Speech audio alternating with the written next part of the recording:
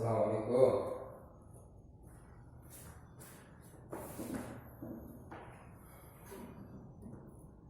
Bagaimana kabar Anda semuanya? Bapak harapkan hari ini masih tetap semangat ya, walaupun sudah jam terakhir pembelajaran. Oke, ketua kelas tolong dipimpin dulu doanya sebelum kita memulai pembelajaran. Doa belajar ya. Terima kasih kepada ketua kelas. Ketua kelas, tolong dicatat dulu kawan-kawannya yang nggak hadir hari ini ya. Nanti sesudah pembelajaran serahkan sama Bapak catatannya ya. Oke, kita mulai saja pembelajaran hari ini yaitu fikih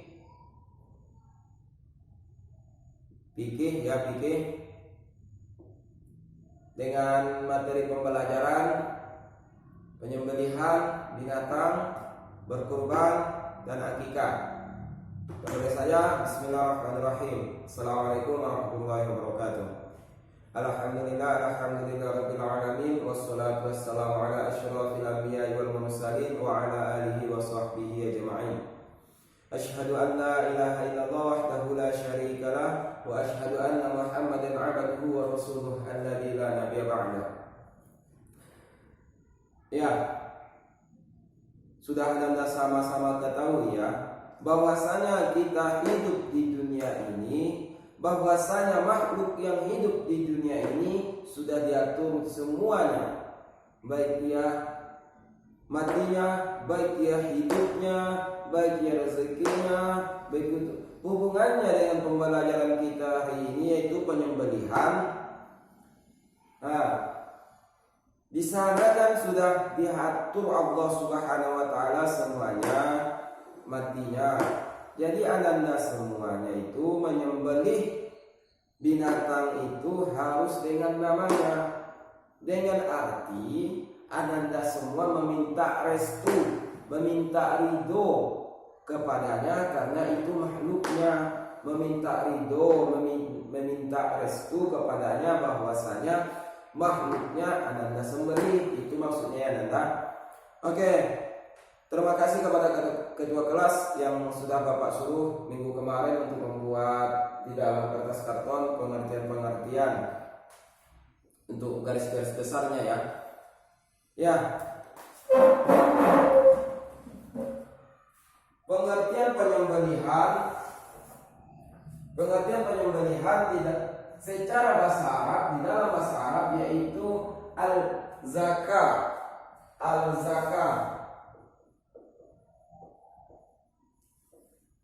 Yang berarti, ada yang tahu?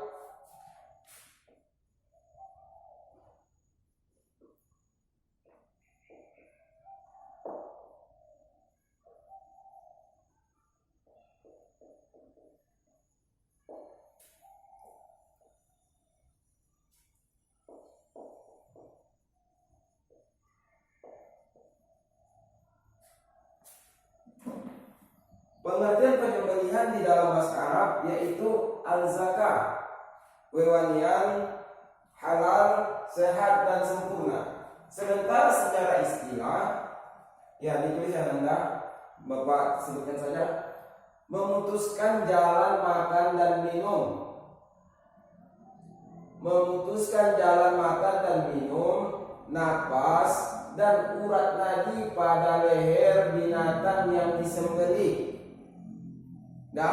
Dengan pisau atau alat lain, dengan pisau atau alat yang lain yang tajam sesuai ketentuan dengan syarak, sesuai ketentuan syarak. Ingat ya Anda, kita di dalam dunia ini berpedoman kepada dua, yaitu Al-Quran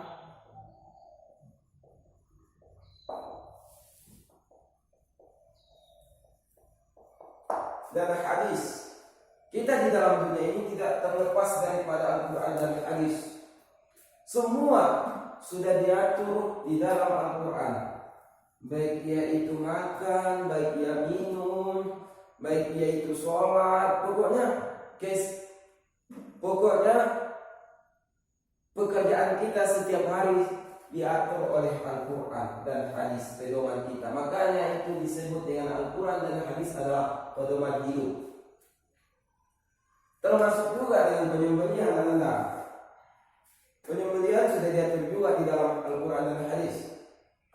Ya, itu tadi pengertiannya ya. Untuk syarat-syaratnya, syarat-syarat binatang yang disembelih. Yang pertama itu binatangnya masih hidup.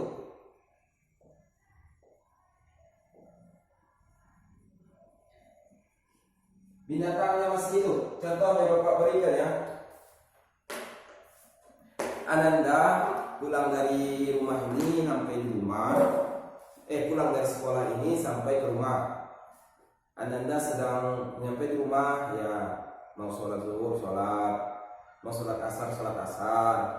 Ya, nyampe di rumah, Ananda buka buku kembali, melihat-lihat materi yang kita pelajari di sekolah tadi. Ananda buka buku, Ananda lihat-lihat, terdengar sama Ananda suara mobil yang menabrak kambing. Dan ternyata kambing itu sudah mati. Nah, dinamakankah itu disembelih atau tidak? Jawabannya tidak. Kenapa? Karena yang menabrak itu bukan benda yang tajam. Bukan benda yang tajam.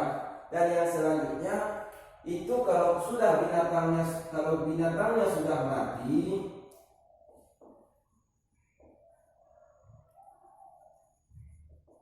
itu sudah dinamakan dengan bangkai.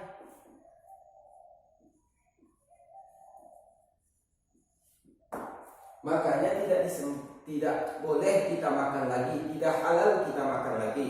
Dan yang kedua, syarat-syarat binatang yang disembelih, yaitu binatang yang disembelih yang halal dikonsumsi. Ingat ya Anda, maksudnya di sini binatang yang disembelih itu halal kita makan. Contohnya kambing, ayam, kerbau, sapi, lembu, ya itu ya. Maksudnya binatang yang disembelih itu binatang yang halal kita makan. Binatang yang halal kita makan ya. Dan seterusnya syarat orang yang menyembelih. Yang pertama itu Islam. Dicatat ya benar. Yang kedua berakal sehat.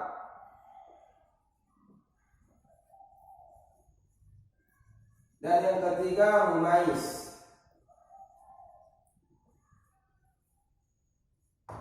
Ada yang kita paham dengan syarat yang tiga ini? Ini syarat-syarat orang yang menyembelih ya. Yang pertama itu Islam. Kenapa orang Islam disebut menyembelih? Kalau orang non-Islam itu tidak disebut dengan menyembelih. Kenapa? Karena orang itu belum tentu. Ya tadi sudah kita bahas di awal tadi, meminta restu. Kalau dengan orang yang Islam belum tentu dia menyebut nama siapa, yang disebutnya, mana tahu nama kakeknya yang disebutnya disembelihnya langsung. Ya. Dan yang kedua berakal sehat. Ya, sudah jelas. Berakal sehat pasti dia tahu kayak tata cara penyembelihan. Kalau orang gila nggak mungkin dia menyembelih. Ya. Dan yang seterusnya mumais. Mumais ini orang yang sudah mengetahui mana hal yang baik dan mana hal yang buruk. Ya.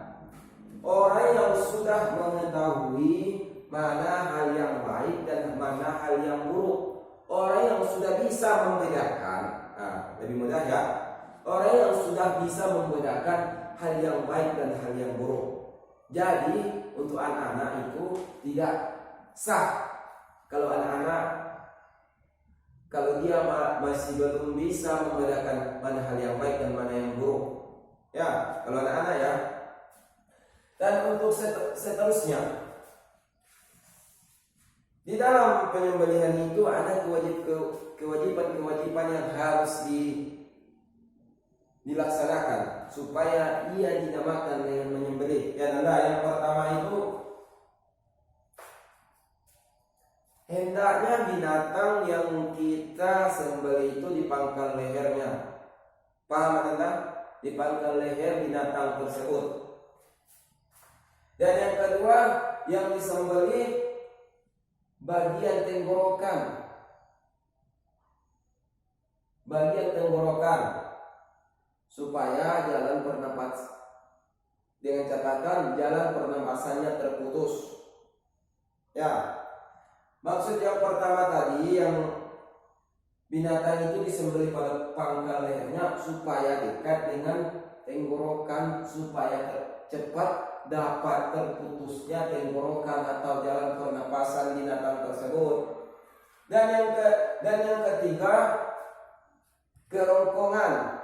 Kerongkongannya itu harus terputus juga, yaitu kerongkongan jalan makanan. Kerongkongan ya, jalan makanan.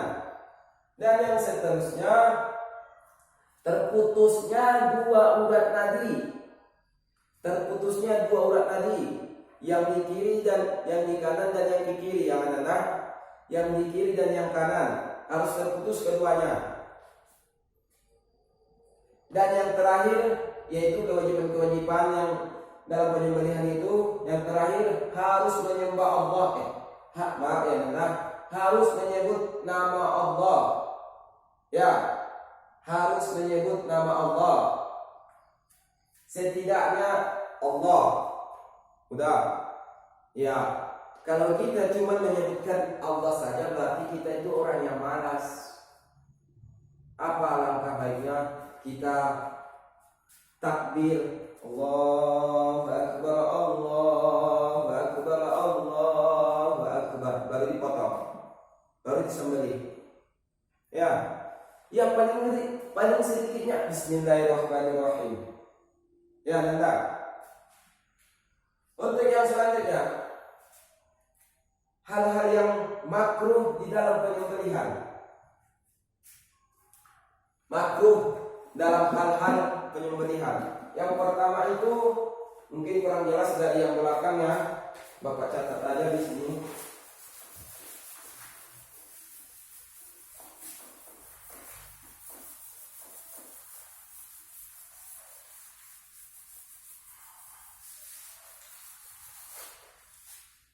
Hal-hal yang dimakruhkan di dalam penyembelihan. Yang pertama, menyembelih dengan alat yang tumpul. Ditulis.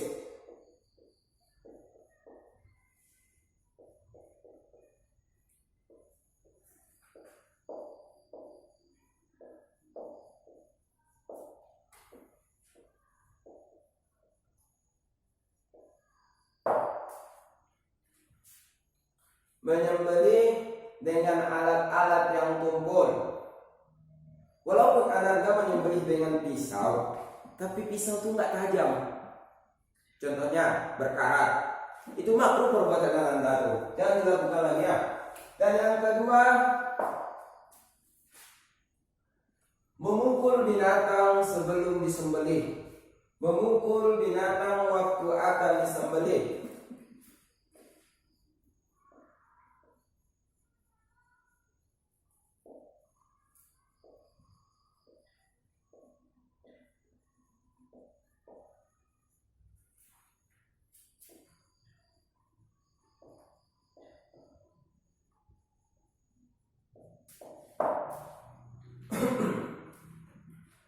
Yang kedua, memukul binatang yang akan disembelih. Paham sampai situ? Contohnya, Ananda mau nyembelih ayam di belakang rumah. Ternyata ayam ini sedikit agak bandel gitu, nggak mau nurut gitu kan?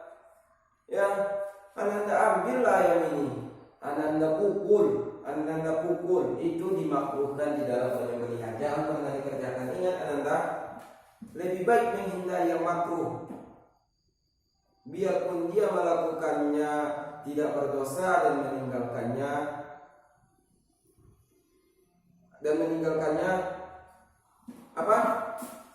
Melakukannya tidak berdosa dan meninggalkannya berpahala. Makanya Anda usahakan yang makruh ini ditinggalkan. Ya. Dan yang selanjutnya, yang ketiga, memutuskan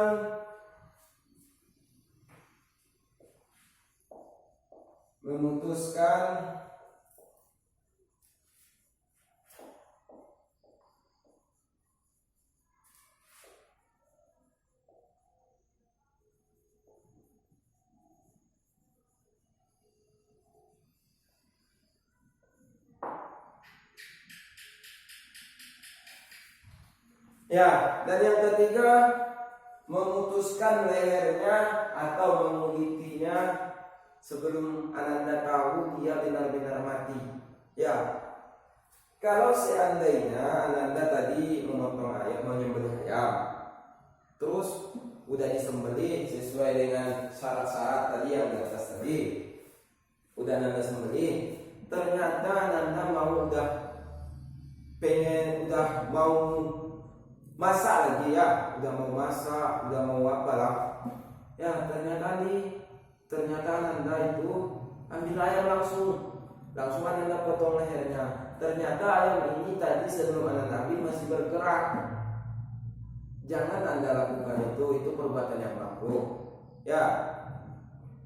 Jangan Anda mematahkan lehernya atau mengulitinya sebelum Anda tahu dia itu benar-benar mati. Binatang yang Anda sembelih itu benar-benar mati. Ya. Pokoknya nyata dulu sama Anda, binatang itu udah mati atau belum. Kalau seandainya sudah mati, baru Anda ambil, baru Anda bersihkan lagi. Ya. Ya. Untuk penyembelihan Bapak rasa Bapak paham di situ ya, sampai situ. Dan untuk selanjutnya berkurban.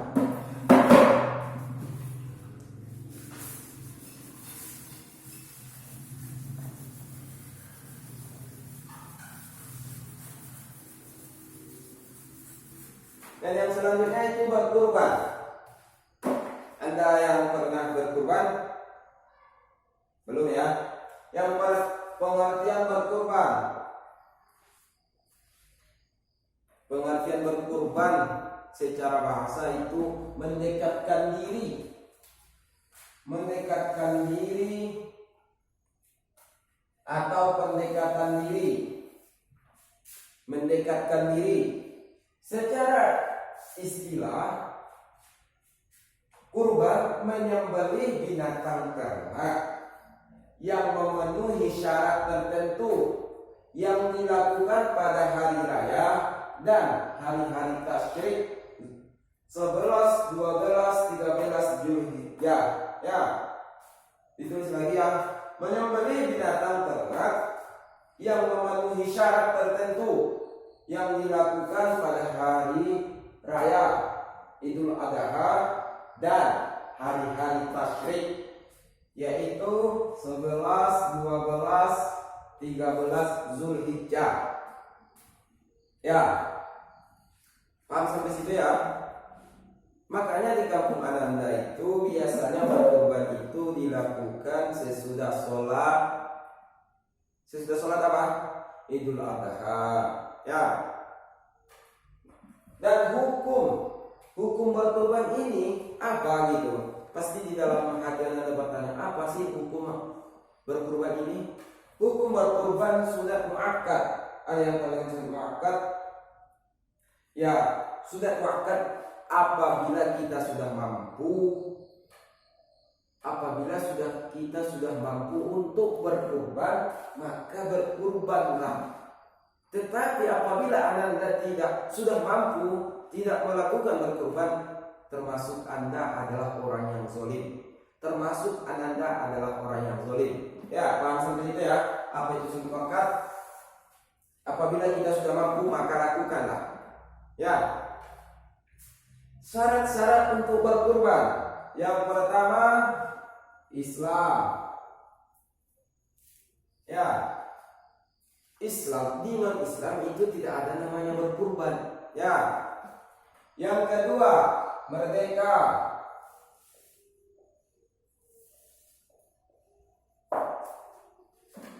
Ya, maksudnya merdeka ini dia itu bukan budak.